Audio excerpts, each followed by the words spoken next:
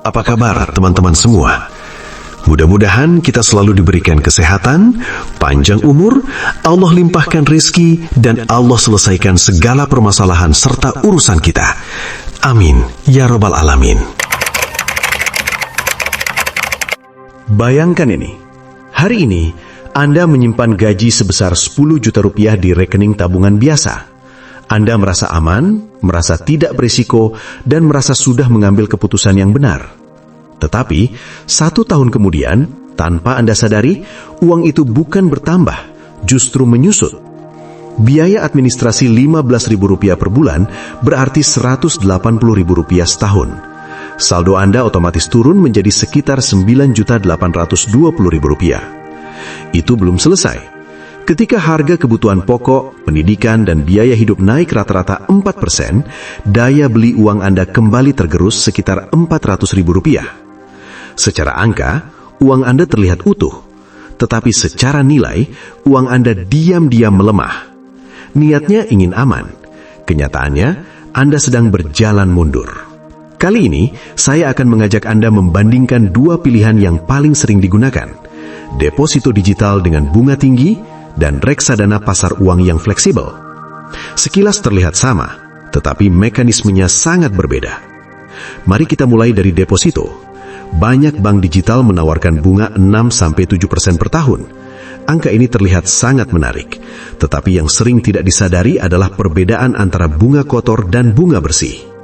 Jika bunga 7% dikenakan pajak 20%, maka hasil bersihnya hanya sekitar 5,6%.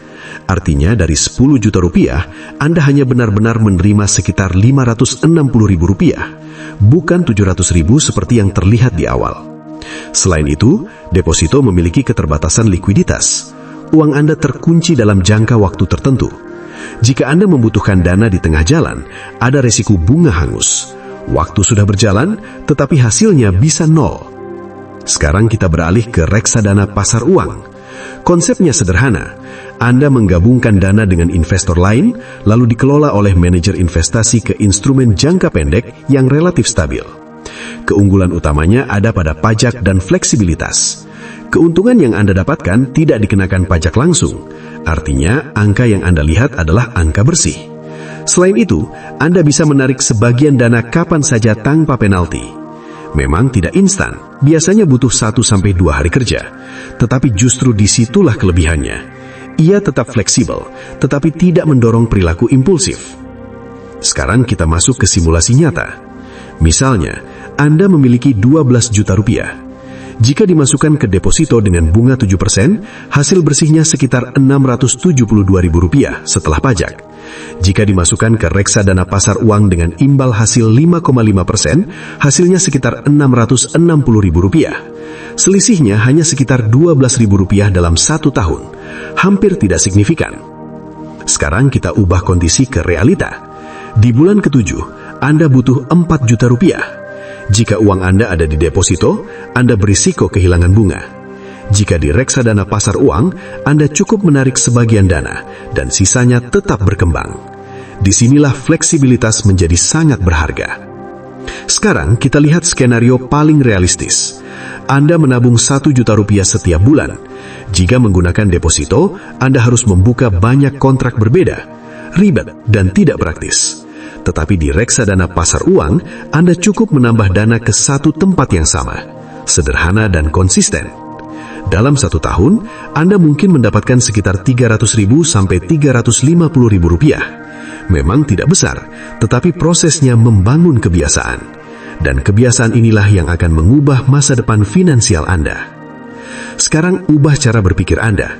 Jangan lagi mencari mana yang paling hebat, tetapi tentukan fungsi dari setiap uang Anda. Gunakan reksadana pasar uang untuk dana darurat. Gunakan deposito untuk dana dengan tujuan yang jelas dan tidak boleh disentuh. Uang Anda harus punya tugas, karena jika tidak, uang itu akan habis tanpa arah. Ingat satu hal, instrumen keuangan bukan mesin utama kekayaan Anda. Mesin utamanya adalah penghasilan aktif Anda. Instrumen ini hanya berfungsi menjaga agar hasil kerja keras Anda tidak bocor. Dan yang paling penting, disiplin. Strategi sederhana yang dilakukan terus-menerus akan selalu mengalahkan strategi rumit yang tidak dilaksanakan. Mulai malam ini, cek saldo Anda. Jika ada uang yang diam tanpa tujuan, itu bukan aset. Itu potensi yang sedang terbuang. Mulai dari nominal kecil. Mulai dari sekarang. Karena jika Anda tidak mengendalikan uang Anda, maka uang itulah yang akan mengendalikan hidup Anda. Demikian, kalau video ini bermanfaat, jangan lupa like, subscribe, dan share ke teman-teman. Sampai jumpa di video berikutnya, di mana kita akan bahas strategi keuangan, kekayaan dan keberlimpahan, serta kebahagiaan. Tetap semangat dan salam sukses.